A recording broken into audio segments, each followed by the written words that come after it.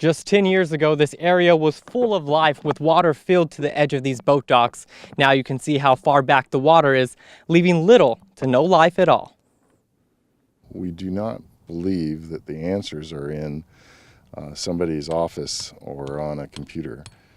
It's with the people that are working the land or that have a knowledge of the spaces that are going to be addressed. People interested in taking part are being asked to submit a statement of interest to the county no longer than 3 pages by August 31st. The statement will be shared with different government agencies for review and possibly to obtain funding. That's why we want to incorporate our landowners and those that have ideas to be able to try these projects and see how they work, and if they're successful, to apply it over a greater amount of area.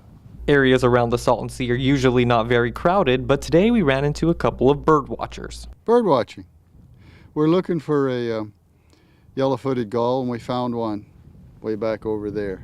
But we had been warned, we had been told that the water had gone down, and I assume that the lake just goes up and down since it's sort of a man-made lake from agricultural runoff.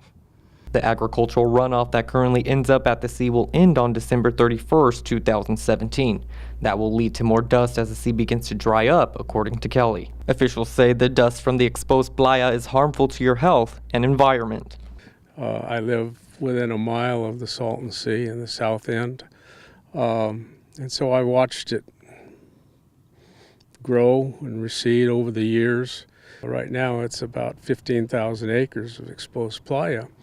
And that's going to increase tremendously in the next 20 years. If it keeps down dust, it's benefiting the crops from getting salty dust on the crops, the people that might otherwise be breathing that air in, and the wildlife, though we can't forget about the wildlife that would also be breathing that dust in, and it's not good for them either.